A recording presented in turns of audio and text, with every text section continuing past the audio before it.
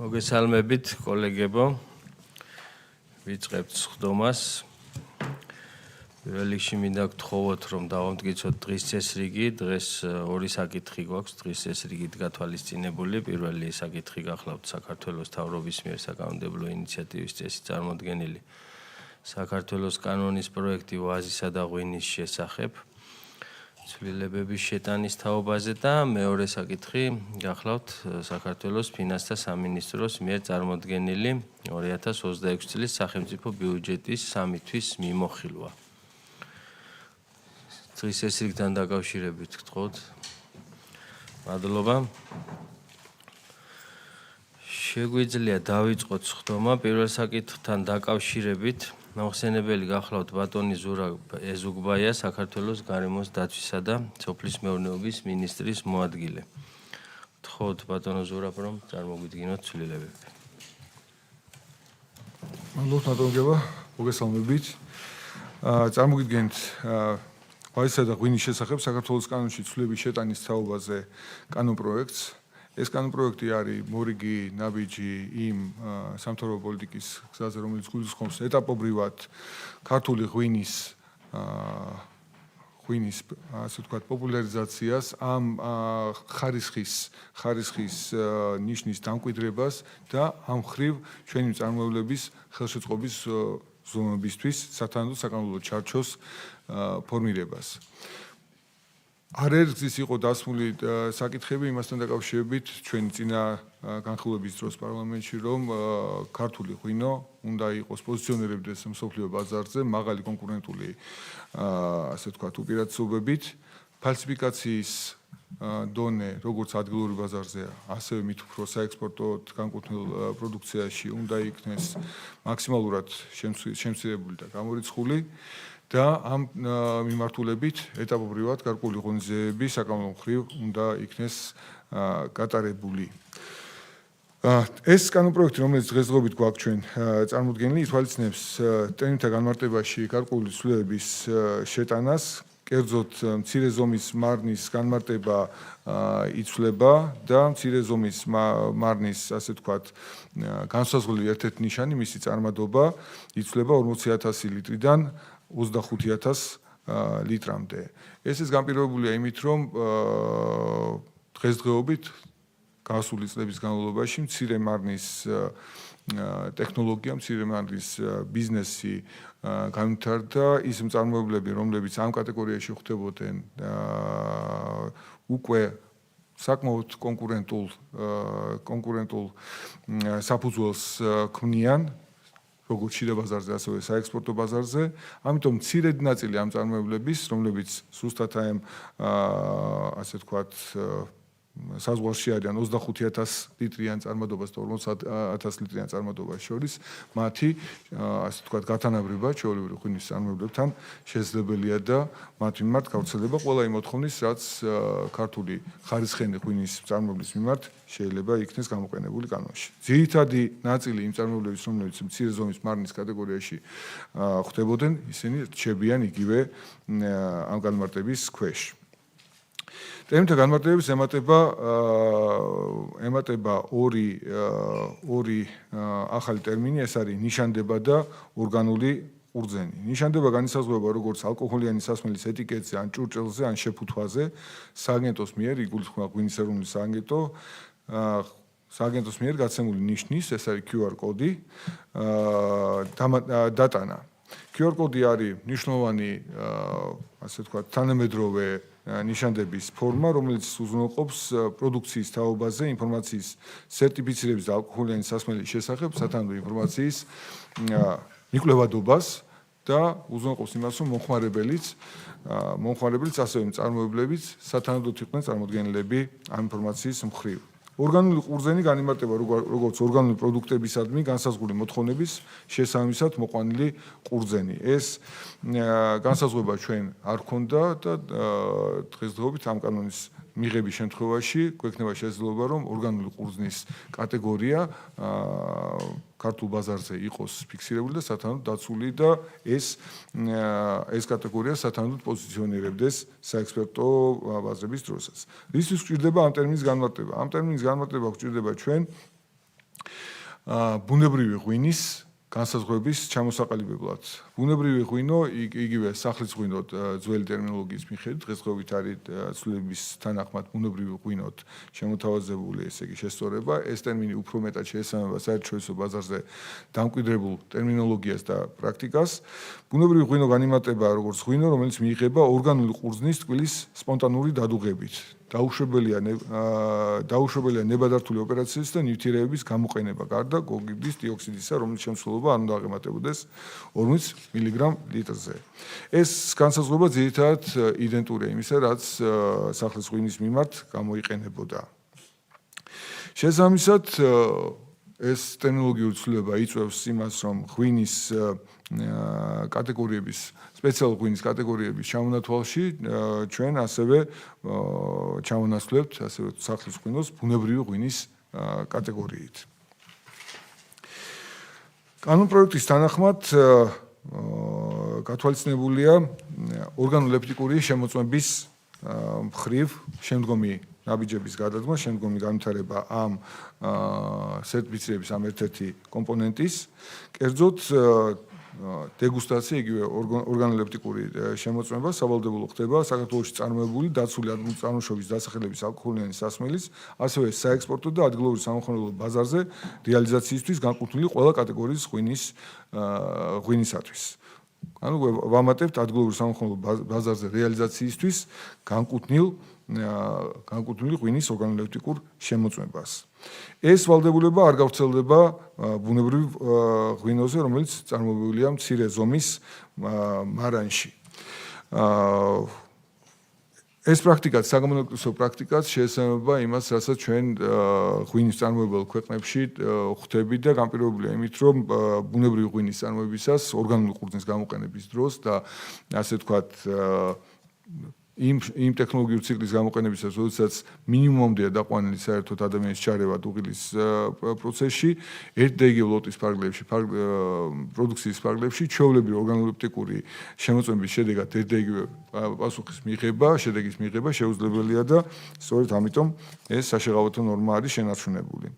რაც შეეხება ნიშანდებას, იგივე მარკირებას, ნიშანდება იქნება კანონპროექტის თანახმად შემოღებული სარეალიზაციოდ განკუთვნილი სერტიფიცირებული ალკოგოლიანი სასმელისთვის, როგორც სავალდებულო ეტაპი მისი მარკირებისთვის.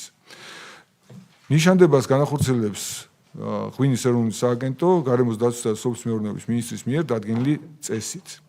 ყველა დანარჩენი პუნქტი, რომელიც მოცემულია კანონპროექტში, შეეხება გარდამავალ დებულეებს, კერძოდ 2026 წლის 1 ნოემბრამდე გარემოს დაცვისა და სოფლის მეურნეობის მინისტრის მიერ უნდა იქნეს გამოცემული ბრძანება ალკოგოლიანი სასმელის ნიშანდების წესისა და ფორმის დამტკიცების შესახებ. ეს არის აუცილებელი წინასწარი ეტაპი იმისათვის, რომ წარმოებლები მოემზადონ სათანადოდ ამ ბრძანების შესრულებისათვის და ქონდეთ გარკვეული პერიოდი მისი საიმპლემენტაციოდ.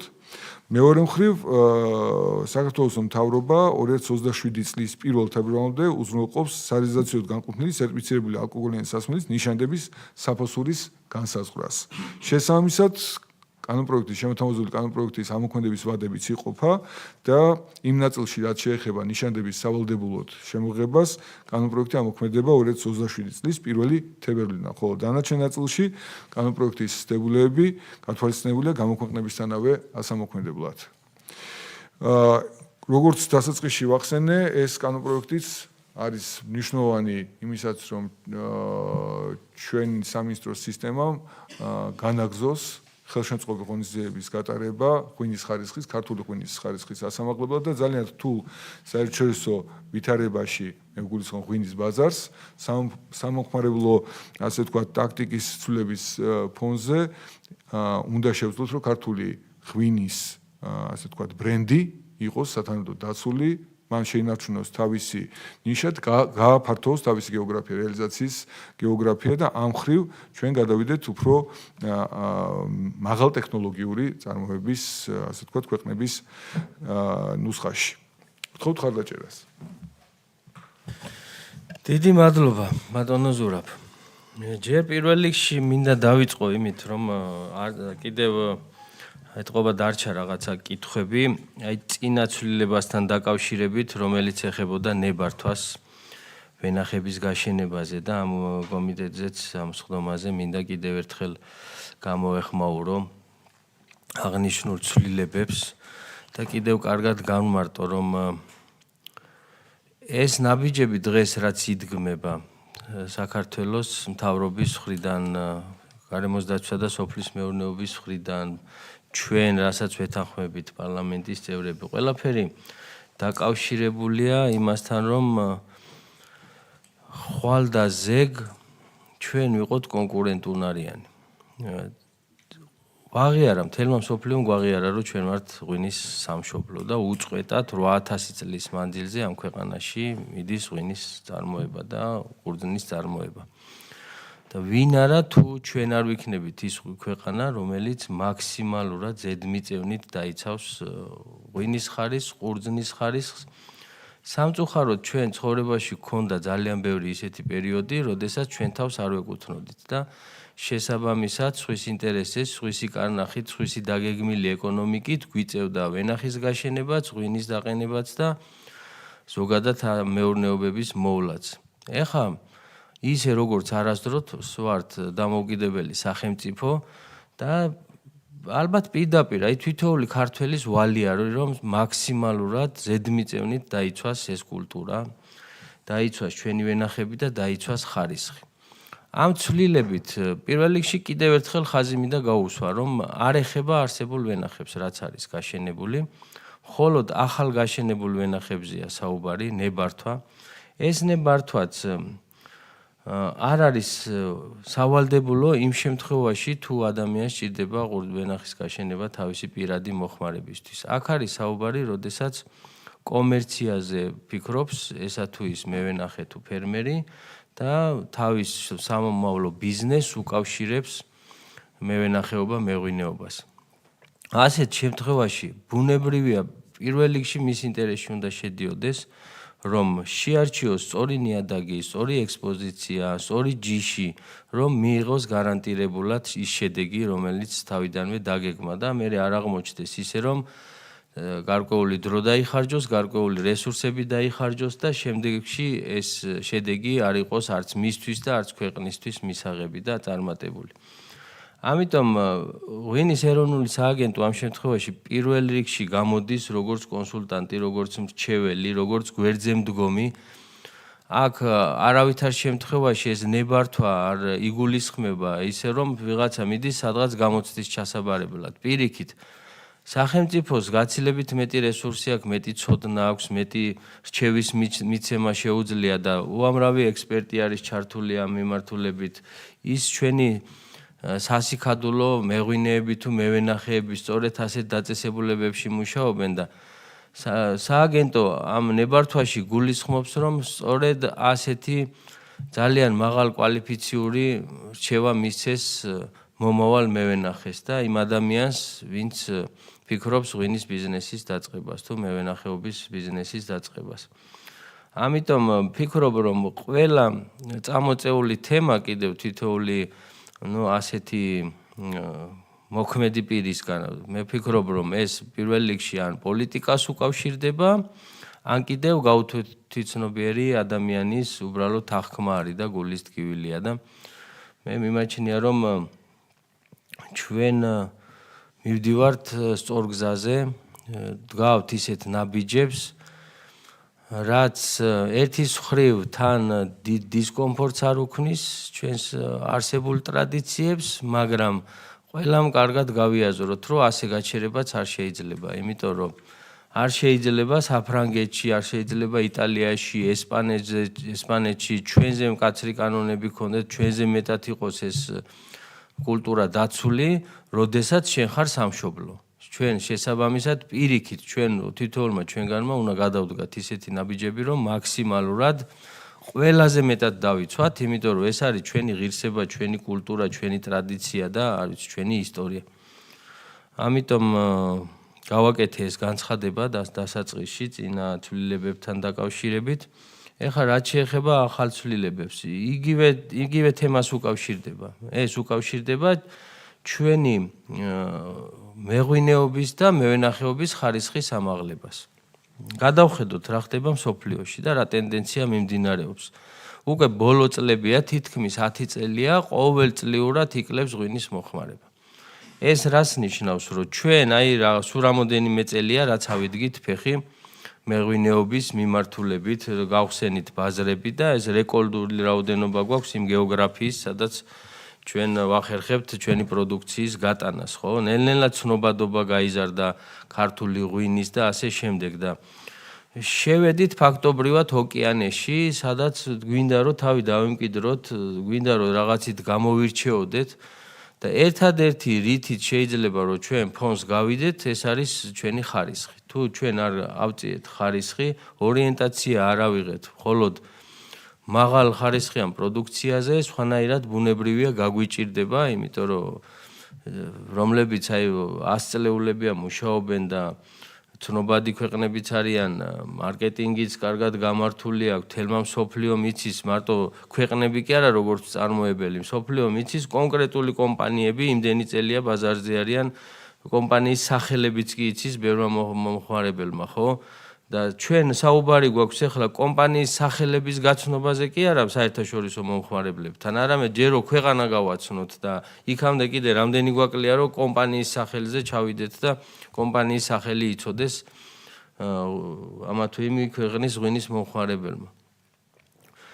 ამიტომ ერთადერთი სწორი გზა არის თუ ორიენტაციას ავიღებთ ხარისხზე და მერე ხარისხი მოიტანს ამ შედეგს, ხარისხი გააცნობს სწორედ ჩვენ ქვეყანასაც და ამ კომპანიებსაც და თვითეული ბოთლი და ზედ მიკრული ეტიკეტი უნდა იყოს ჩვენი ელჩი საზღვარგარეთ და რამდენი ბოთლიც გავა საქართველოსდან, უნდა გავიდეს ღირსებით, უნდა გავიდეს მაღალხარისხიანი და თვითეული წარწერა უნდა წარმოადგენდეს და წარმოაჩინებდეს საქართველოს. აი ეს არის ჩვენი ხედვა, ჩვენი მიდგომა. დანარჩენი ნებისმიერი საკითხი, რომ ეს რაღაცა გამკაცრებას უკავშირდება და ასე შემდეგ, ხო, ეს არის ყველაფერი თითიდან გამოწოვილი, იმიტომ რომ არავის არ უნდა არაფრის გამკაცრება. ჩვენ გვინდა ხარისხი და ხარისხი არის დისციპლინაში და სწორედ ამ დისციპლინას ვამკვიდრებთ, რომ ასე მიშვებული არ იყოს და ვისაც როგორ გაუხარდება, ისე აწარმოოს. რაცაც კი ისევ ერთხელ გავიმეორებ, ჩვენი ეროვნული პროდუქტი და ჩვენი ეროვნული ღირსება ქვია. ჩვენ გვახსოვს წლები და ეს უახლოეს პერიოდში ცოტა ხნის წინ იყო, რომ ქარხნები პროდუქციას უშვებდნენ, სადაც 1 კილოგრამი ყურძენი არ შედიოდა იმ ქარხანაში და გადიოდა როგორც ქართული პროდუქცია უცხოეთში და ბუნებრივია ეს ასე ვერ გაგრძელდება და ბუნებრივია სახელმწიფომ თავისი სიტყვა უნდა თქვას, თავისი ნაბიჯები უნდა გადადგას და უნდა გაამკაცროს ამ კუთხით, ვინაიდან კიდევ ერთხელ ვიმეორებ, ეს უკავშირდება ჩვენს ქვეყანას, ჩვენი ქვეყნის რეპუტაციას და ჩვენ ხვალინდელ დღეს, იმიტომ რომ ჩვენ ბევრი არა გვაქვს ასეთი პროდუქტი, ძალიან კარგი იქნებოდა, რომ ჩვენც რაღაც, არ ვიცი, ამ ნახშირბადების საბადოებზე ვიჯდეთ და სხვა შემოსავლები შემოგვდიოდეს და უფრო მარტივად და უფრო ადვილად ვდიდრდებოდეთ, მაგრამ თითოეული პროდუქტი, რაც ჩვენ გაგვაჩნია, რომელიც ჩვენ სახელს უკავშირდება, დასაცავი გვაქვს ზედმიწევნით და ერთ-ერთი ასეთი ბუნებრივია ყველა დამეთანხმება არის მევენახეობა და მეღვინეობა. დიდი მადლობა და ახლა გადავიდეთ კითხვებზე, მინდა გთხოვოთ კოლეგებს თუ გაქვთ კითხვები. მოგესალმებით ბატონებო, კოლეგებო. გეთანხმებით ბატონო გელა 100%-ით იმ საკითხში, რომ ჩვენ რაოდენობით ვერ გავეჯიბრებით სოფლიოს წამყვან ქვეყნებს, მეღვინე ქვეყნებს და ერთადერთი ის საშუალება, რაც გვაქვს, ეს არის ხარისხი და ამ თვალსაზრისით სახელმწიფოს როლი და ის დოზა წარმოდგენილი, რაც იდეაში კანონპროექტიც ითვალისწინებს და ზოგადად რაც არის კიდევაც რეალობა, ამ ხრივ ვეთანხმები, რომ სახელმწიფო უნდა იყოს წარმოდგენილი ამ პროცესის დარეგულირებაში. ბატონო ზურა, ერთადერთი კითხვა მაქვს ტექნიკური და მე ნამდვილად დაგიჭერთ მხარს ამ საკითხში. ორგანულს როდესაც გულისხმობთ, ბიოზე არ არის ხო ლაპარაკი ეს, რომ ამაში არევა არ გქონდეს. ბიოღვინოზეა საუბარი თუ ორგანულს უბრალოდ სხვა რამე იგულისხმება. ხო, არა, ეგ მაინტერესებდა უბრალოდ ბიოღვინოზე ხო არ არის საუბარი, იმიტომ რომ ევროპაში მაგალითად იზრდება ყოველწლიურად მოთხოვნა ბიოლოგიურად სუფთა პროდუქციაზე და რაღაც ქართულში ორგანული და ბიოლოგიურად სუფთა რაღაცნაირად სინონიმებით ვითარდება. მადლობა. ბატონო ზურაბ, ეს კითხვა ჩაინიშნეთ, იმიტომ რომ მეც მაგ საკითხთან დაკავშირებით მაქვს შენ ნიშნა, ასე ვთქვათ და განვავრცობ მე შემდგომში ამ კითხვას და მიუბრუნდეთ ახლიდან და მანამდე ბატონო დავით თხოვთ. კი ბატონო, ანუ მეც ორგანულ ღვინოსთან დაკავშირებით მაქვს კითხვა, თქვათ ვიცით პროცესი, დუღილის და ასე შემდეგ და დანარჩენი სხვა პროცესები, ორგანოლექტიკა და სხვა მახასიათებლები, თუმცა ორგანულს როცა ვამბობთ, ამ შემთხვევაში ვენახთან რა კავშირში არის, ანუ ვენახი და ყურძენი ხო უნდა იყოს შესაბამისი ორგანული ღვინო რომ მივიღოთ, ხო? ახლა ზურამ ახსენა ბიო და ორგანული, ხო? ანუ ვენახის სერტიფიცირებას ითხოვს ამ შემთხვევაში, ანუ იქ თავისებური წამლობები, იქ ჰერბიციდები, იქ სხვადასხვა ხო გვესმის კარგად რაზე საუბრობთ და ამ შემთხვევაში როცა უნდა გქონდეს ორგანული თუ ბიო ღვინო, ვენახთან რა კავშირში არის ეს ყველაფერია. ფაქტობრივად იგივე კითხვის ნაწილია. მაშინ მოდი მეც ამ საკითხთან დაკავშირებით დავასრულებ. ესე იგი ჩვენ მივიღეთ სურსათის ცხოველი საკვების უნებლობის ვეტერინარისა და მცენარეთა დაცვის კოდექსი გახსოვთ ალბათ ყველას. და იქ მე-18 მუხლის მე-3 პუნქტში გვიწერია რომ ესე იგი ეტიკეტზე ან დანდართულ დოკუმენტში ეს დაუშვებელია რომ ტერმინები ფაქტობრივად ჩვენ გაიგივებული გვაქვს. ბიოლოგიური, ეკოლოგიური, ეკო, ბიო, ორგანული, ნებისმიერი კომბინაცია. თუ ამას უთითებ, ეს ჩვენი კანონმდებლობით აღიქმება როგორც ბიოლოგიურად სუფთა პროდუქცია. ამ შემთხვევაში ამ ტერმინის შემოტანით, როდესაც ჩვენ საუბრობთ ორგანულ ყურძენზე, ეს იმას ნიშნავს, რომ ეს ყურძენი უნდა იყოს სწორედ ბიოლოგიურად სუფთა და იმ მოთხოვნების შესაბამისად მოყვანილი ყურძენი და ასევე აქ ჩვენ გვაქვს ჩანაწერი აღნიშნულ კანონში, რომ ის ასეთი პროდუქცია აუცილებლად მოიაზრება სერტიფიცირების ქვეშ. ესე იგი, ასეთი პროდუქცია უნდა იყოს მაკონტროლებელი ორგანოების მიერ გაკონტროლებული და სერტიფიცირებული. ეს იმას ნიშნავს, რომ აი თუნდაც მცირე მარნებზე გვაქვს საუბარი, მისი პატარა ვენახი თუ ის გადაწყვეტს, რომ თავისთვის ასე ვთქვათ, რასაც ჩვენ მარნის ღვინოს ვეძახდით და რას ვეძახდით კიდევ ოჯახის ღვინოს რო ვეძახდით და ეხლა რო იცვლება სახელი გამოდის რომ თავისი ვენახის უნდა სერტიფიცირება მოახდინოს და შემდგომში ასე აწარმოოს თავისი პროდუქცია რომელიც არის მისთვის კოლოსალურ ხარჯებთან დაკავშირებული ვინაიდან ასეთი სერტიფიცირება ფაქტობრივად თვითონ პროცესია, ეს არ არის საბოლოო რაღაცა პროდუქტის შემოწმება. ეს არის პროცესი, მიმდინარეობს დაკვირვება, არის თავიდან რომ გადაიყვანო ასეთი ვენახი, რაღაც 3 წლიან პერიოდი გეძლევა, ხო, კი ბატონო, 3 წლიანი პერიოდი გეძლევა და ამ 3 წლის მანძილზე აკვირდება სპეციალური სასერტიფიკაციო ორგანო და მისი თანამშრომლები მინიმუმ წელიწადში ერთხელ მაინც უნდა მოხდეს ადგილზე შემოწმება ასეთი პროდუქციის და შემდგომში ასევე კვლევები მიდის თუ რაღაცა საეჭვო ჩათვალეს რამოდენიმეჯერაც შეიძლება ერთი ვენახი შეამოწმონ და ეს ყველაფერი ხარჯებთან არის დაკავშირებული და საბოლოო ჯამში ეს ხარჯები უნდა დააწვეს იმ პროდუქციას. აქედან გამომდინარე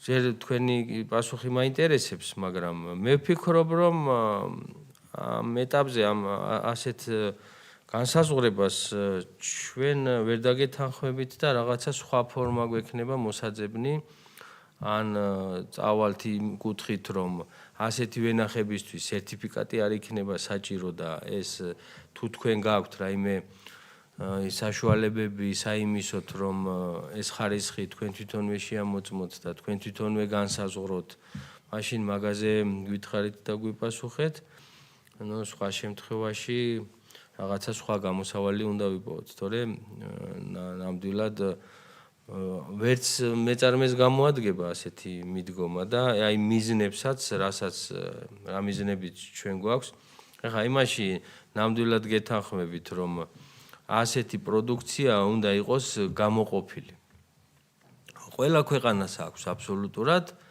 ეს სხვადასხვა სახელწოდებებით არის raw wine არის zero compromise და ასე შემდეგ და სხვადასხვა სახელწოდებებით არის სადაც ზოგი ენთუზიასტია ზოგი არ ვიცი რაღაცა გულით სურვილი აქვს ზოგს ჰობი აქვს ზოგს ასე უნდა ზოგი მამა პაპის ტრადიცია თუ რა არის სხვადასხვა ქვეყანაში ასეთი ადამიანები არიან რომლებიც ყოველგვარი ჩარევის გარეშე ზედმეტი ქიმიკატების იქნება ეს თუ ზედმეტი თუნდაც აი მექანიკური ჩარევების გარეშეც კი ყველას თავისი ხედვა აქვს აყენებენ ღვინოს აი ისეც როგორიც შეიძლება რომ აი ბუნებრივად რომ მიუშვა და რაღაცა პატარა მცირე ჩარევით რომ თავისით რაც დადგება და ну ხშირ შემთხვევაში ასეთი ღვინოები აი იმ სტანდარტებთან რასაც მომხმარებელია მიჩვეული ხო თუნდაც ეს გემოთი და ასე შემდეგ ეხლა იშვიათად შეიძლება მართლა გამოვიდეს სასწაული და უნიკალური რაღაცა ამ დაავადებების მიმართაც გრადი იყოს და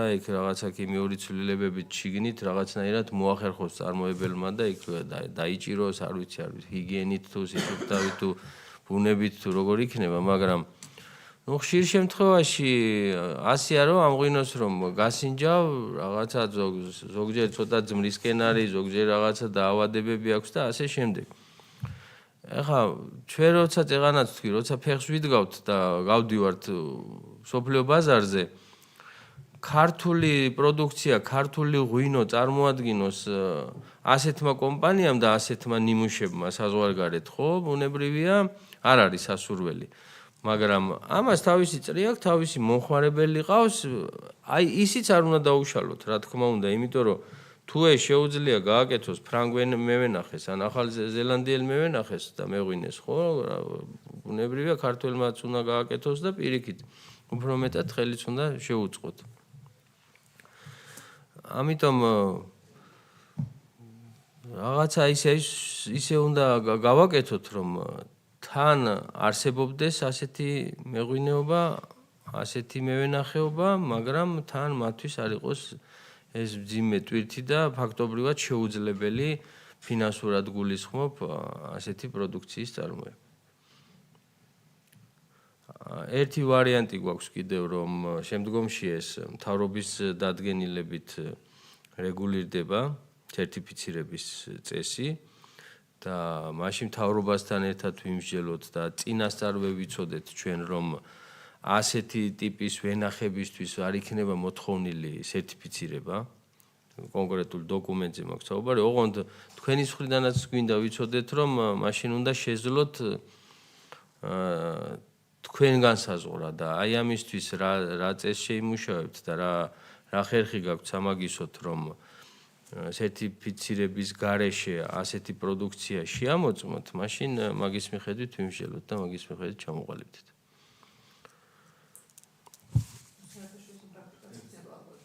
კი, გთხოვთ. და ერთ დავამატებ კიდე კითხვის ნაწილში მოკლედ ეს ორგანული ღვინო რო გვექნება აი იმ წარმოებებს თუ ხა იქნება ვალდებულება რომ სერტიფიკატი უნდა ქონდეს თუ სხვადასხვა დავალებები სახელმწიფოს მხრიდან თუ იქნება რამე პრივილეგია თუნდაც ცნობადობის ამაღლებაში გაყიდვების ნაწილში რომ ეს ღვინოები გახდეს უფრო მეტად პოპულარული როგორც ორგანული და ცალკე სეგმენტად რო იყოს გამოყოფილი და პრივილეგიები რო ქონდეს როგორც საერთაშორისო ბაზარზე, ესე ადგილობრივ გაყიდვებში. ერთი ბატონო გელა თქვენ უფრო მეტად გაშალეთ ეს თემა და მქონია შეხება ევროპაში სხვათა შორის ბიოლოგიურად მიწის დამუშავების მთელი პროცესი და თუ კი ამ კუთხით მივდივართ, თუ წარმოგიდგენიათ და თუ აქვს უწყებას იდეაში თუ რა მასშტაბის სამუშაოები უნდა იქნას განხორციელებული, იმიტომ რომ ეს არის მინიმუმ 4 წლიანი ციკლი, პროცენტულად მიდის 25, 50, 75, 100, ოღონდ იქაც 100%-იანი არაფერი არ არის და მე რამდენადაც მქონია შეხება სუბიექტურ ფაქტორს ვიტყვი სპეციალისტებთან, თქვათ ევროპელ სპეციალისტებთან, ისინი პირობითად რომ თქვათ 1 ჰექტარზე და 50 ჰექტარზე დათვლებით ძალიან კოლოსალურ თანხებზეა საუბარი რა. იყო საუბარი იმაზე, რომ იქნებ გააერთიანოთ სხვადასხვა ტერიტორიები და ამ შემთხვევაში უფრო რენტაბელურია ეს. აი ამაზე თუ ამ კუთხით მივდივართ ორგანული და ბიო მიწის და ნიადაგის თვალსაზრისით, ამაზე თუ გიფიქრიათ, რომ რა მასშტაბზეა საუბარი. მადლობა.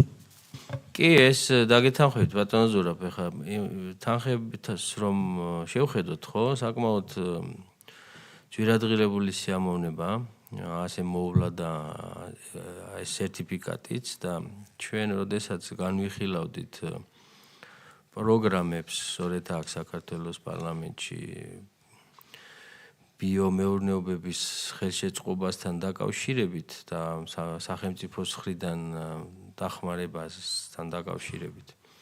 ერთ-ერთი საკითხი სწორედ რაც ახლა თქვენ ბრძანეთ ეგ დავაყენეთ, რომ მოხდეს რაღაცნაირად გაერთიანება ასეთი ადამიანების, ასეთი სურველები, ვინც იქნებიან, რომ სასერტიფიკაციო ორგანო რაღაცა ერთ არეალში გაერთიანებულ მევენახეებს იქნება ეს თუ არ ეხებოდა მხოლოდ ყურძენს, ბუნებრივი სხვა პროდუქტებსაც, ჩვენს ფერმერებს რაღაცა ერთიანი მიდგომა ქონოდა და სახელმწიფო შესულიყო თანადაფინანსებაში, ვინაიდან წარმოიდგინეთ, რომ ამას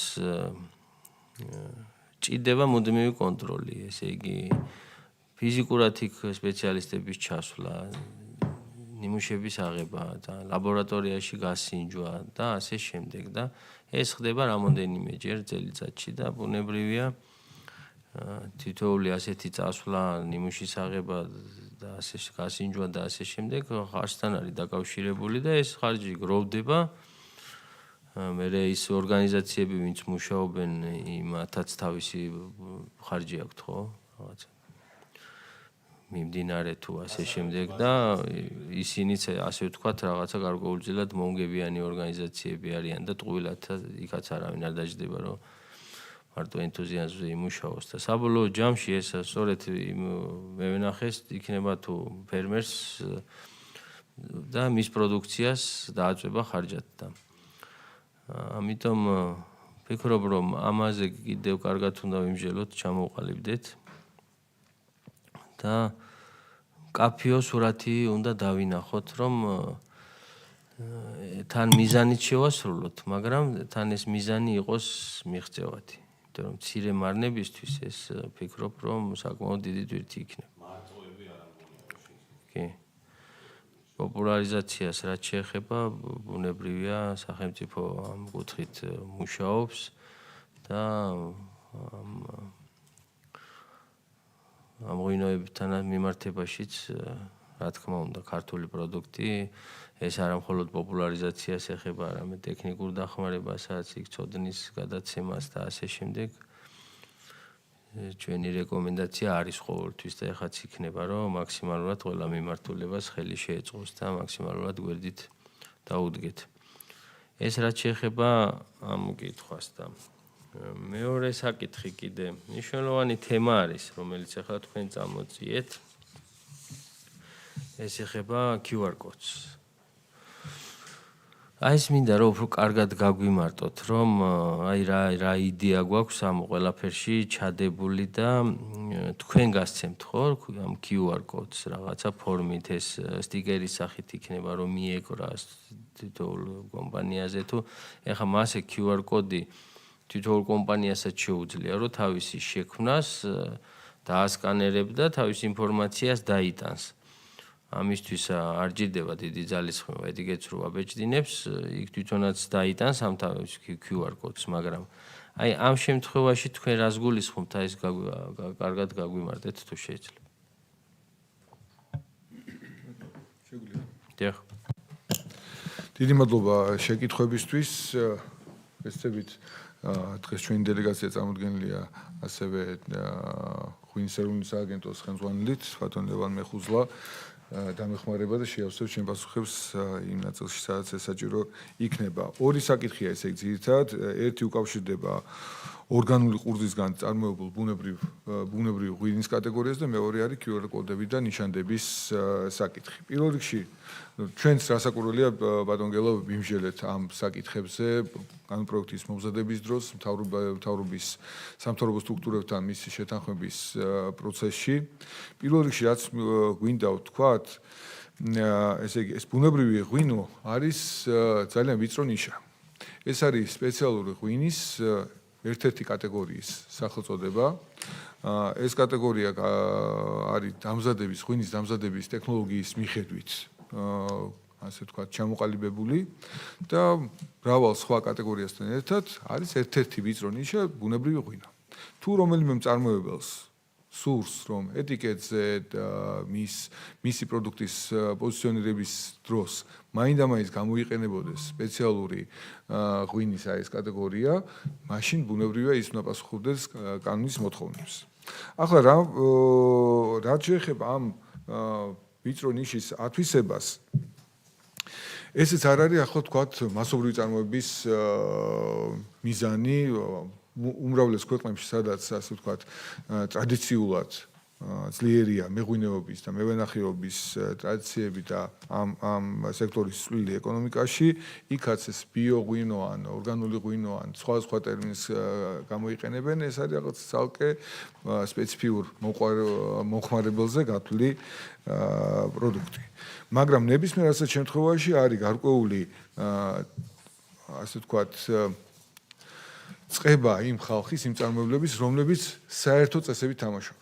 ეს არის კეთილსინდისიერი კონკურენცია ერთი მხრივ, ეს არის სამართლიანი მიდგომა ყველას მიმართ და საერთო წესებთან შესაბამისობის მხრივ უზრუნველყოფა იმის, რომ მომხმარებელმა მიიღოს ამ სტანდარტის შესაფერისი პროდუქტი.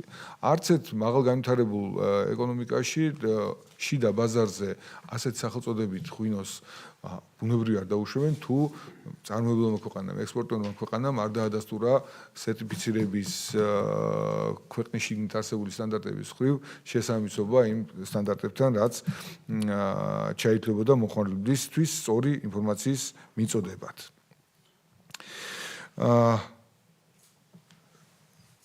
სპეციალურად ამ კანონპროექტში ჩვენ ვინაიდან საქართველოს ამ მხრივ პირველ ნაბიჯებს დგამს, არ გვაქვს ძალიან ესეთი ხისტი მიდგომა დაფიქსირებული. არავითარი მითითება არ არის საქართველოს მთავრობის დადგენილებით დამტკიცებულ ბიოწარმოების შესახებ წესებზე, რომელიც 2014 წლიდან უკვე გამოიყენება, რომელსაც აქვს ძალიან ისეთი სპეციფიური და უფრო მკაცრი რეგულირება. სხვა შორის ეს რეგულირებაც შეიძლება 2027 წლიდან განვითარდეს, რაღაც ცვლილებები შევიდეს მასში და ჩვენს ორიენტირი გვაქვს, რომ აი ამ მხრივ 2026 წლის 27 წლის დასაწყისში მოხდეს ამ კანონპროექტის სრული ამოქმედება. მანამდე არის გამოქვეყნებარი ბაზაც ჩამოსაყალიბებელი როგორც ნიშანდებასთან მიმართებაში, ასევე საფასურებთან დაკავშირებით და ვფიქრობთ, რომ როგორც ბატონმა გელამ ახსენდა, საქართველოს მთავრობის დადგენილების დონეზე ჩვენ ბევრი საკითხი, რომელიც შეიძლება თქვათ ახლა იწვევდეს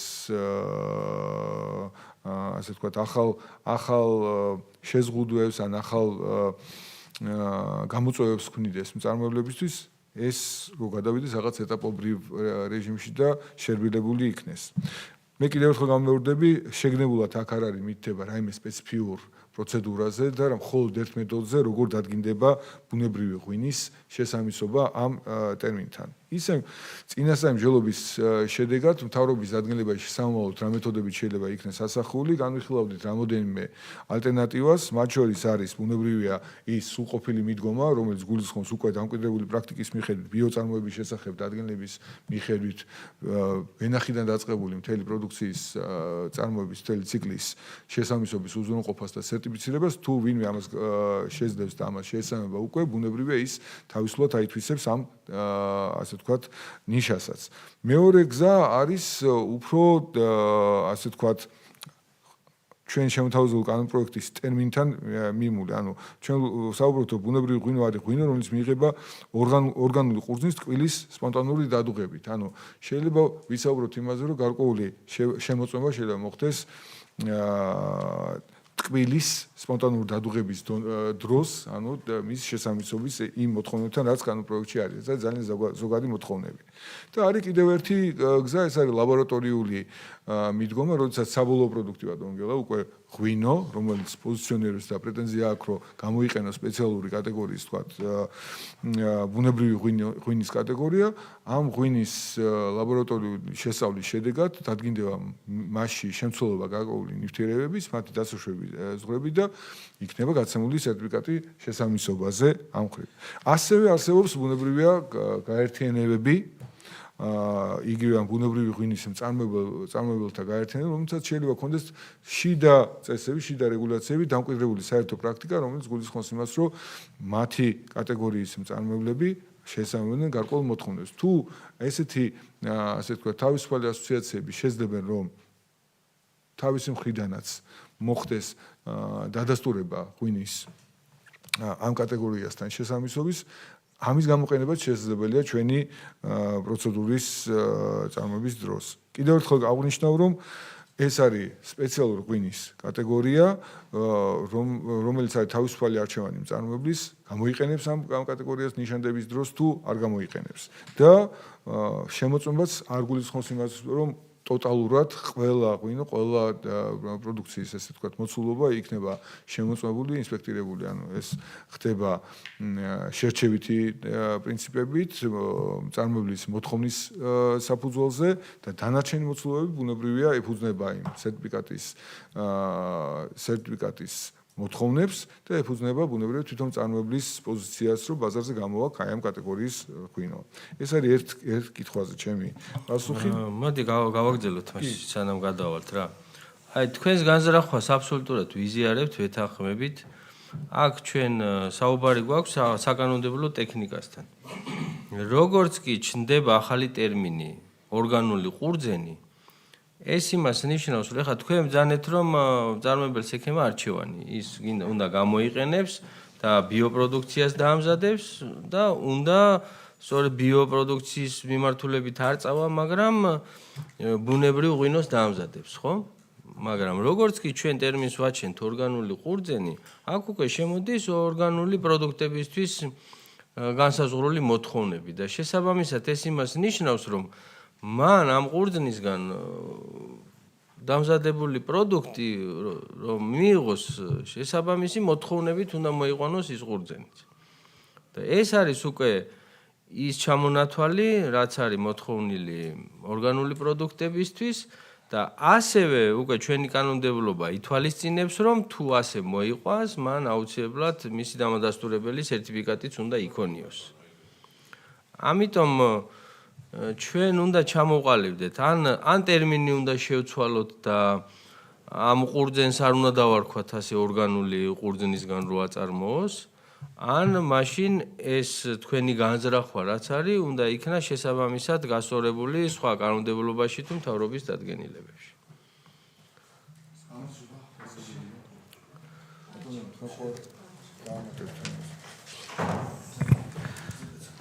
კი ბატონო, მოგესალმებით ყველას.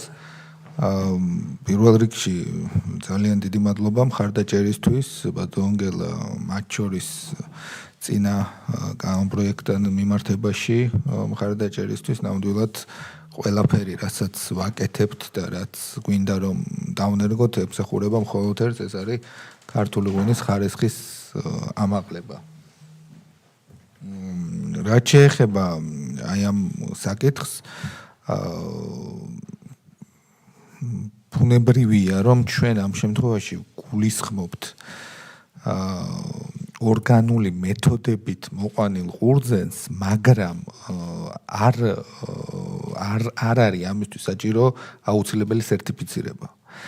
ანუ ჩვენ ნამდვილად ამ შემთხვევაში ბუნებრივი ღვინის შემთხვევაში და არა მარტო ჩვენ ეს არის საერთაშორისო პრაქტიკაც ყურძენში აკრძალულია სისტემური პრეპარატების, ჰერბიციდების გამოყენება, რაც გარკვეულწილად მის ორგანულობას განსაზღვრავს.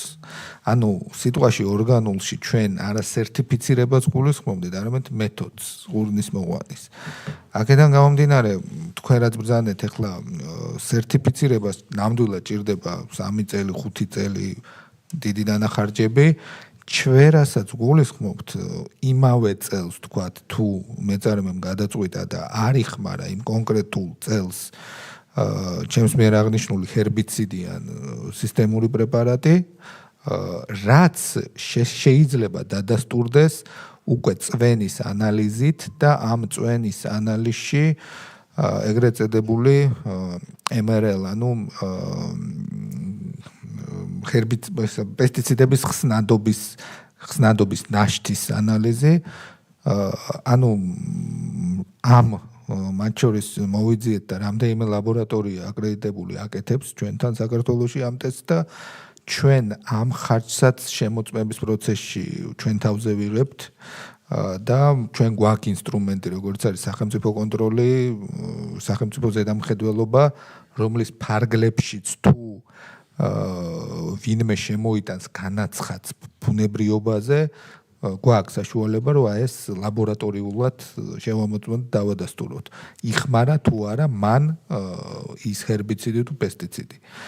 აი ამას გულისხმობდით სიტყვაში ორგანული და არა აუცილებლად სერტიფიცირებულს. თუმცა, რა თქმა უნდა, როგორც ბატონმა ზურამ ბრძანა, თუ სერტიფიცირებულია ის ავტომატურად მოხდება იმის აღიარება ყოველგვარი დამატებითი შემოწმებების გარეშე. აქედან გამომდინარე, თუ თქვენ მაინც თვლით, რომ სიტყვა ორგანული არის დასაზუსტებელი, ან რაღაცნაირად უფრო შესაძლებელი და კონკრეტიკა, ჩვენ მზადვართ, თქვათ, მეორე მოსმენისთვის სხვა განსაზღვრება შემოგთავაზოთ ამ შემთხვევაში. მადლობა, ბატონ ლევან. ჩვენს დასკვნაში სწორედ ავსახავთ ამ შენიშვნას, ვინაიდან მიგვაჩნია, რომ ამ კუთხით ეხა თქვენი მიდგომა გავიგე, ესე იგი თქვენ მოიაზრებთ ორგანულ პროდუქტს, მაგრამ არ მოიაზრებთ სერტიფიცირებას. ხო, ну გასაგებია ხა კონკრეტულად რაზეც გვაქვს ჩვენ აქცენტი გამახვილებული, მაგას გეკითხებით.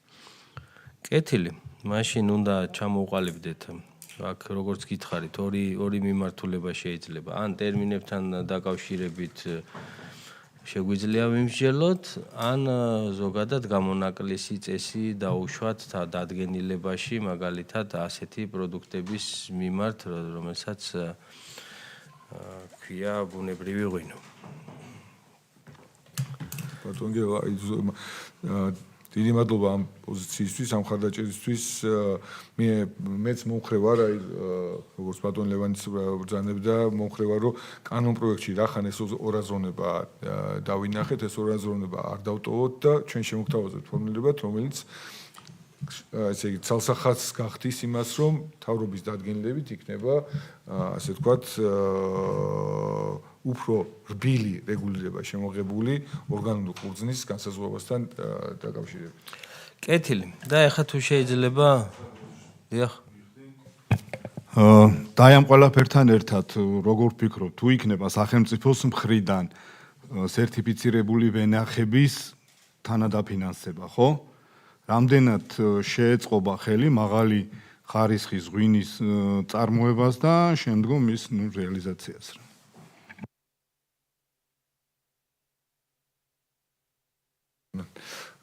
ჩვენი სოფლის განვითარების სააგენტო ალბათ ერთი ზომის მეშვეობით ამის შეფასება ძალიან რთულია, ბატონ ლევანმაც ახსენა ის, რომ საქართველოს გარემოს დაცვა და სოფლის მეურნეობის სამინისტროს სისტემაში მოქმედებს ძალიან ბევრი CP ან კომპანია, სისტემის ორგანიზაცია და კომპლექსში უნდა დავინახოთ ის მხარდაჭერი ღონისძიებები, რომლებიც კონკრეტულად აი მევენახეობის და მეღვინეობის სექტორისთვის ხორციელდება. ერთ-ერთი პირველი არის ის თანადგომა, რასაც ღვინის ეროვნული სააგენტო თაოსნობს, მათ შორის არის ღვინის პოპულარიზაციის ზომები, ამას კიდევ უფრო მეტად შეეწყობა ხელი მარკირების განხორციელების შემდგომ და ამ კუთხით დისციპლინის და აღრიცხვიანობის მეტი ინფორმაციის ასე ვთქვათ სტანდარტიზაციის შემდგომ, მაგრამ გარდა ღვინის ეროვნული სააგენტოსა ჩვენ სისტემაში მოქმედებს ასევე ღვინის ლაბორატორია, ასევე მთელი სისტემა ლაბორატორიული მეურნეობის, რომელიც მორგებულია და რომელიც ეტაპობრივად ვითარდება იმისათვის, რომ უფრო ჩაღრმავებული, უფრო ხელმისაწვდომი ანალიზები შესთავაზოს მწარმოებლებს, მათ შორის მეღვინეებს და მევენახეებს. გარდა ამისა, ჩვენთან მოქმედებს სოფლის მეურნეობის სამეცნიერო კვლევითი ცენტრი, რომელიც მუშაობს სერტიფიცირებაზე, აი სანერგე მეურნეობების, ასევე იშვიათი ვაზის შიშების გამოცდებზე და უამრავ სხვა მეთოდოლოგიურ მხარდაჭერაზე, რომელიც ასევე ჭირდება მწარმოებელს. რასაც თქვენ კონკრეტულად ალბათ კითხულობთ, გულისხმობს სახელმწიფოს მხარდაჭერას თანადაფინანსების კუთხით, ეს არის უკვე სოფლის განვითარების სააგენტოს როლი. ფინანსთა მინისტროსთან ჭირო თანამშრომლობით ჩვენ ვახდენთ საბიუჯეტო სახსრების ფარგლებში, გამოყოფილი სახსრების ფარგლებში კონკრეტული წლისთვის პროგრამების ფოკუსირებას.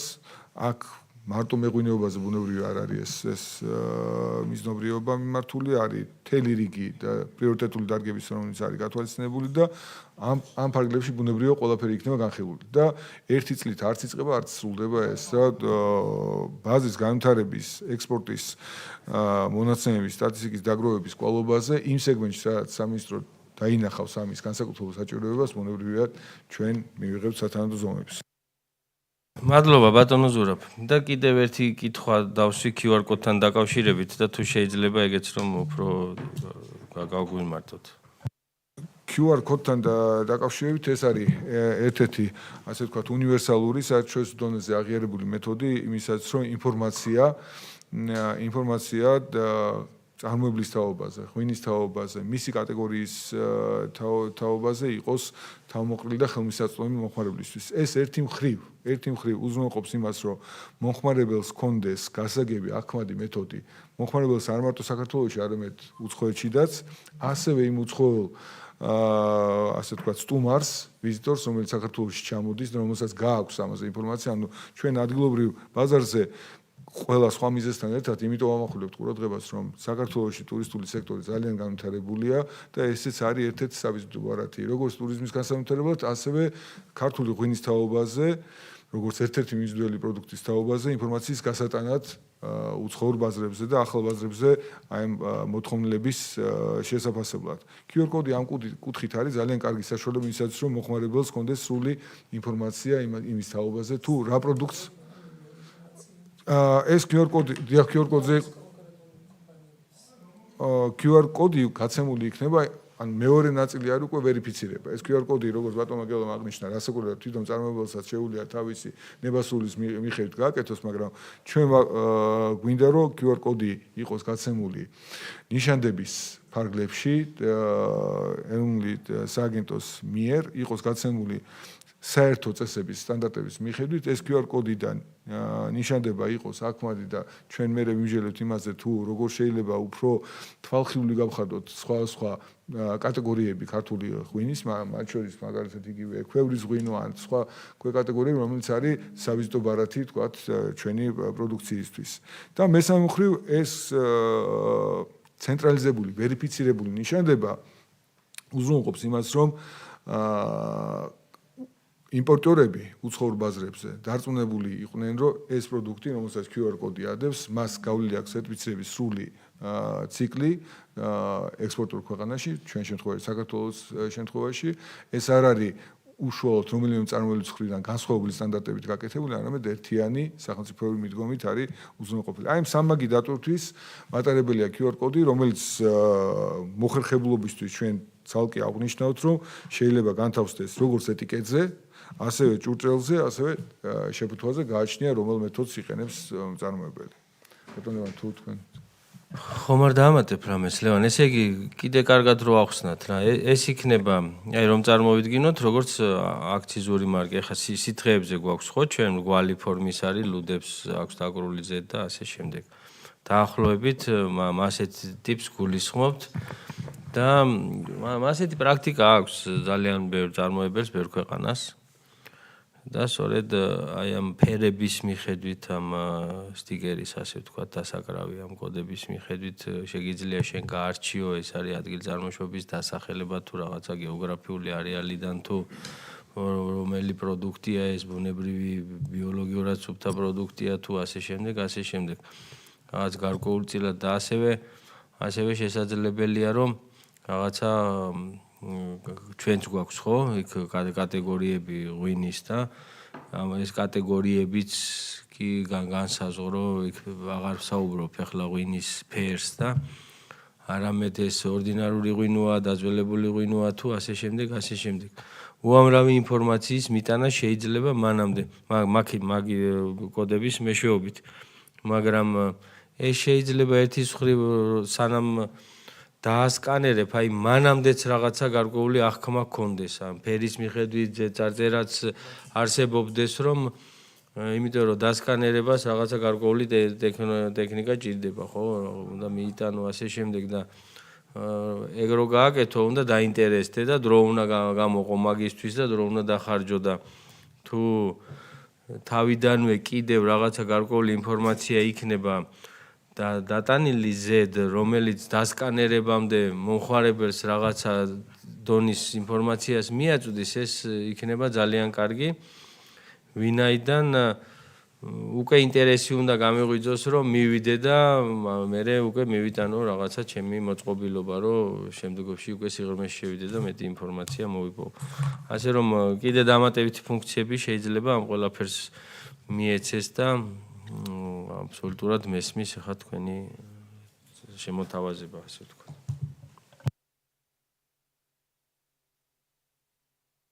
ბატონო, დიდი მადლობა კიდევ ერთხელ მხარდაჭერისთვის. მე თქვა ის ნებართვით ავხსნი კიდევ ერთხელ რას გულისხმობთ ამ ყველაფერში. ეს არის გარკვეულწილად როგორც თქვენ ბრძანეთ კატეგორიების მიხედვით ხარისხის ნიშანი, შეიძლება ესე ვთქვათ, რომელშიც იქნება ჩაშენებული შესაბამისი QR კოდი.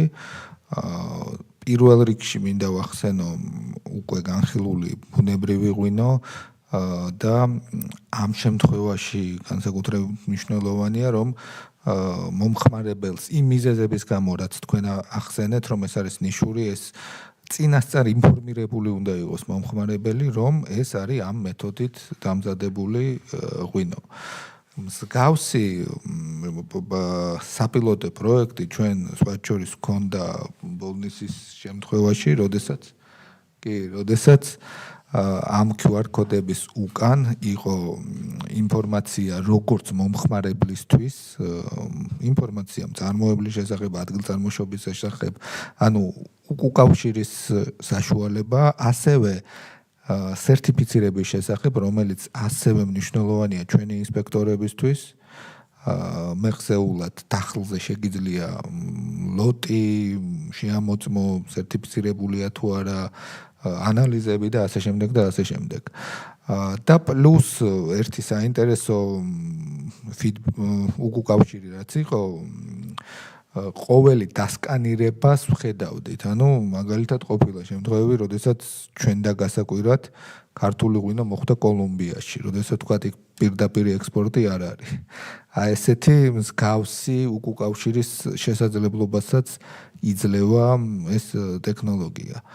ასე რომ ფიქრობ, რომ უკვე იმპლემენტაციის დროსაც ძალიან ბევრი სხვა შესაძლებლობებიც გამოვლინდება, თან რა თქმა უნდა, თანამედროვე ტექნოლოგიები ერთ-ერთი მნიშვნელოვანია. ჩვენ ყოველთვის ვამბობთ, რომ ჩვენ არ ვართ 8000 წლის, ჩვენ ვართ 8000 წლის ახალგაზრდები და განვითარება ჯერ კიდევ წინ არის.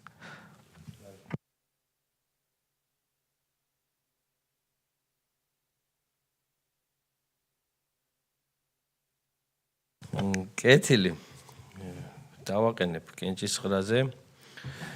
თხოვთ კოლეგებო, ვინ არის მომხრე რომ შენიშვნებით უყაროთ კენჭი აღნიშნულ ცვლილებებს.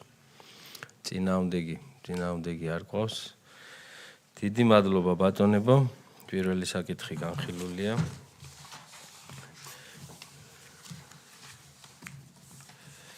შეგვიძლია გადავიდეთ.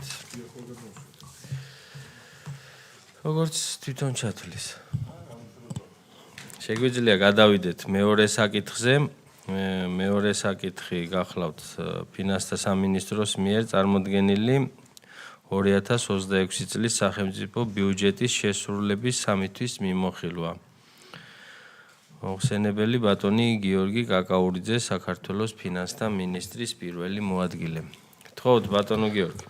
დიდი მადლობა. წარმოგიდგენთ 2026 წლის ბიუჯეტის პირველი კვარტლის შესრულების ანგარიშს, მოგახსენებთ ძირითად პარამეტრებს და თუ კითხვები იქნება, რა თქმა უნდა, კითხვებსაც კოლეგასთან ერთად უბასუხებთ. მოგახსენება ჩვენ ბიუჯეტი 5%-იან ეკონომიკურ სტატზე გვაქვს დაგეგმილი. პირველ კვარტალში საშუალო ეკონომიკურ მოვალეთა დამ შეადგენა 9.1%, მათ შორის იანვარში იყო 7.9%, თებერვალში 8.8%, ხოლო მარტში შეადგინა 10.7%, საშუალო მაჩვენებელი კიდევ ერთხელ ვიტყვი 9.1%-ია.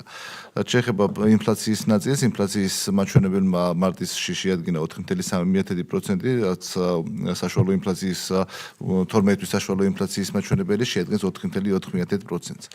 საგარეო სექტორის ნაწილში ჩვენ პირველ 3 თვეში გვაქვს ჯამში 5 მილიარდ 867 მილიონი დოლარის საქონლით ვაჭრობა, აქედან ექსპორტი შეადგენს 1 მილიარდ 723 მილიონი დოლარს, 23.4%-ით არის გაზრდილი, ხოლო იმპორტი 4 მილიარდ 153 მილიონი დოლარს შეადგენს 7.1%-ით არის ნაკლები გასული წლის მაჩვენებლებზე.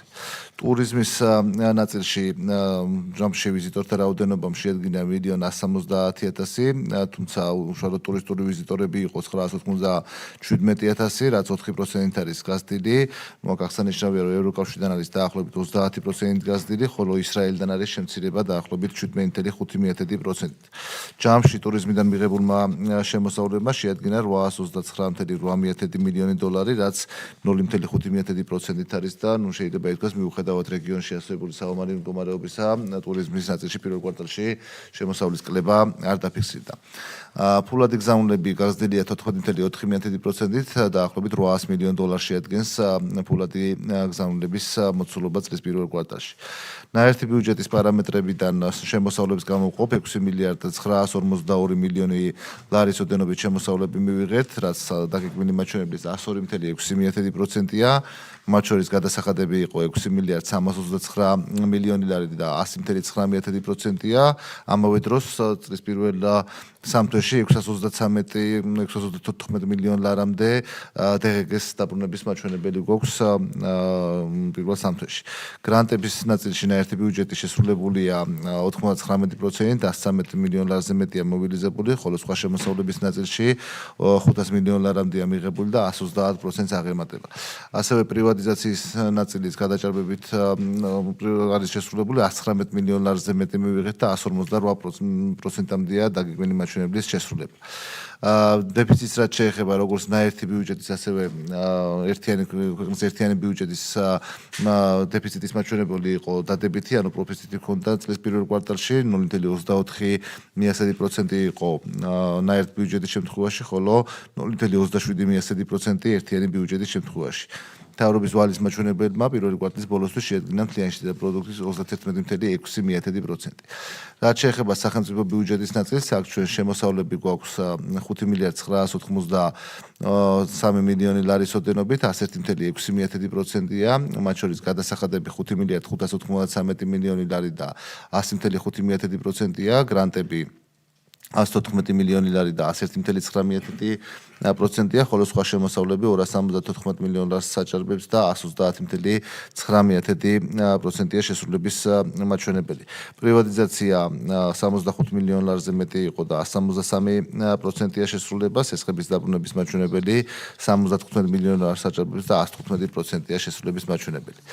ვალდებულებების ნაწილს რაც შეეხება პირველ კვარტალში 210 მილიონი ლარი მივიღეთ საშინაო ფასიანი ქაღალდების გამოშვებით, 138 მილიონი ლარი იყო საინვესტიციო კრედიტების ათვისება და პირველი ერთ-ერთი მნიშვნელოვანი, რაც პირველ კვარტალში მოხდა ევრობონდის გამოშვება, რომელიც მილიარდ 331 მილიონი ლარი იყო, მილიარდ 312 მილიონი ლარამდე 500 მილიონი დოლარის ახალი ევროობლიგაციების გამოშვება განხორციელდა და აღსანიშნავია, რომ 5.1% იყო კუპონის მოცულობა და მოთხოვნა ჩვენ ფასიან ქაღალდებზე 5.5 ჯერ აღემატებოდა გამოშვებული თანხის მოცულობას.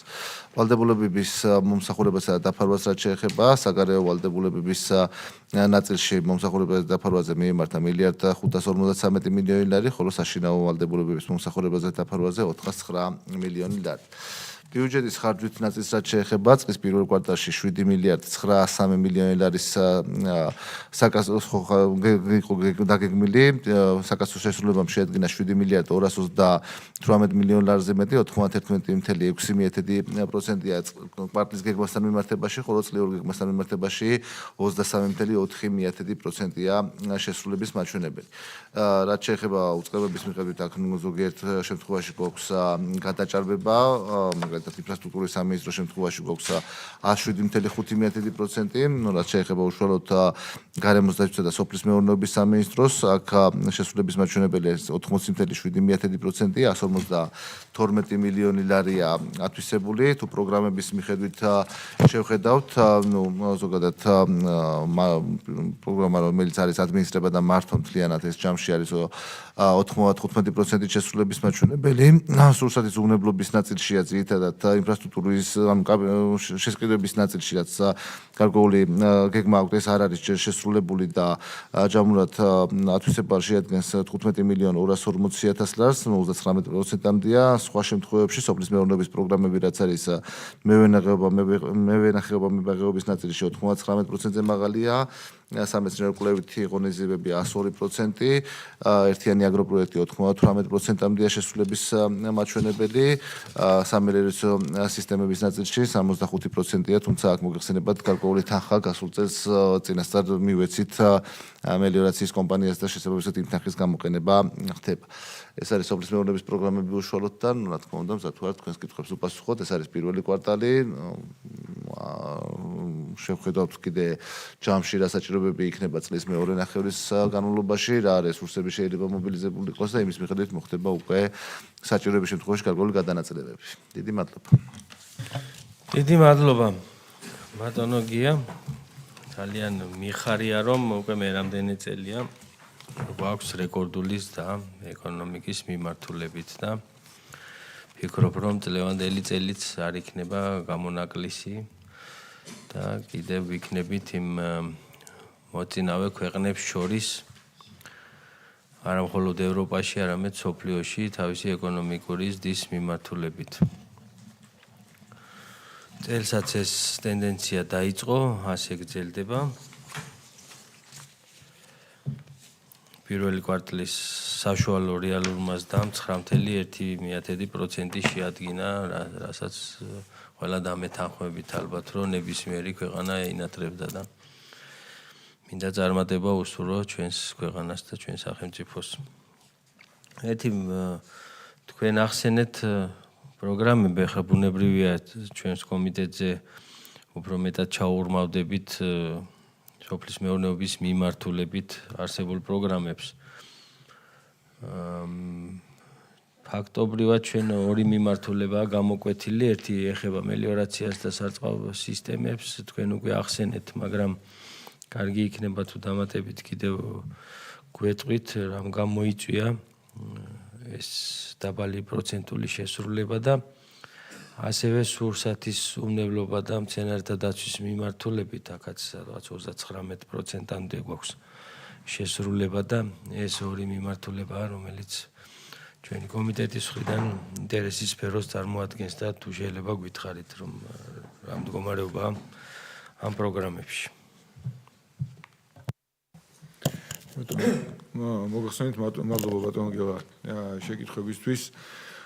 პირველ რიგში რაც ბატონმა გიამახსენა, ესე იგი, საქართველოს მელიორაცია კომპანია, რომელიც მოქმედებს ჩვენი სამინისტროს სისტემაში, 2025 წლის ბიუჯეტიდან მოხდა მისი 26 წლის ინფრასტრუქტურული პროექტების თვის საჭირო სახსრების გამოყოფა, ამიტომ 26 წლის ბიუჯეტის ჭრილში ის უკვე აღარ ფიგურირებს. ძირითადი ინფრასტრუქტურული პროექტები ხორციელდება იმ დაფინანსების ფარგლებში კომპანიისთვის, რაც გამოიყო 25 წლის ბიუჯეტიდან. სამინისტროში აღებულია განსაკუთრებულ, ესე იგი, კონტროლზე ამ სამელიორაციო პროექტების რეალიზაცია. ისინი იყოფა ორ ჯგუფად. ერთი არის საერთაშორისო პროექტები, საერთაშორისო დონორების დახმარებით და დაფინანსებით მიმდინარე პროექტები და მეორე არის უკვე წმინდა საბიუჯეტო დაფინანსებით მიმდინარე პროექტები.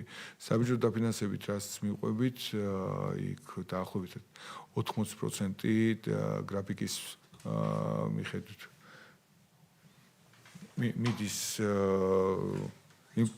იმპლემენტაცია და უბრალოდ ეს პირველი კვარტლის ანგარიშგებაში, საბიუჯეტო ანგარიშგებაში ბუნებრივია არ ხვდება. მელიორაციის მხრივ, რაც გვაქვს ახლა სიახლეები არის მოგხსენებათ პირველი წელიწადია, როდესაც ტარიფი დაგვიდგინდა სემეკის მხრიდან, სემეკის რეგულირების სეგმენტიც შემოვიდა ამ თვალსაზრისით და ამას სჭირდება დამატებითი ზომების მიღება იმისათვის, რომ სატარიფო დადგენის დროს რაც იყო ვალდებულები გათვალისწინებული, ამ ვალდებულების შესრულება კომპანიამ შეძლოს და ეს მიმართულებაც ამ მიმართულებასაც მივყვებით. და კიდევ ერთი რომ სეზონი, ირიგაციის სეზონი ბუნებრივ აფერხებს ინფრასტრუქტურული პროექტების რეალიზაციას და მელიორაცია ეცადა რომ წელს, ესე იგი, მოთხოვნების მიხედვით, განსაკუთრებით აღმოსავლეთ საქართველოში ეს ირიგაციის სეზონი დაწყებულიყო არა სპონტანურად, არამედ რაღაც ფიქსირებული პერიოდით და შედარებით მეტ პერიოდს იჭერს ეს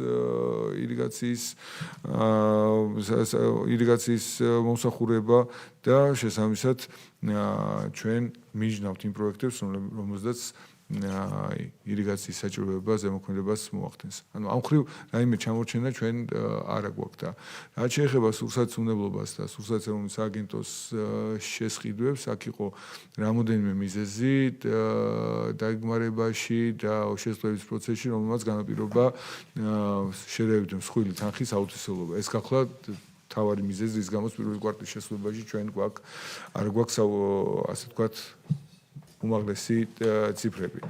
ერთ-ერთი მიზეზი გახლავთ იმ შტამების ცვალებადობა, რომელზედაც ვაქცინაცია ხდება საქართველოს მასშტაბით, შტამებს ემატება ახალი ქვესახეობები, რამაც განაპირობა ტექნიკური დავალების და შესყიდვის კუთხით მოთხოვნების ადაპტაცია და შესაბამისად ტენდერები პირველ კვარტალში ვეღარ მოესწრო. მეორე მიმართულება გახლავთ ასევე ახალი, ეს არის უპატრონო ასე ვთქვათ, ძაღლების და კატების რეგისტრაციის და მათი სახეობის კონტროლის მიმართ სახელმწიფო პოლიტიკის განხორციელება.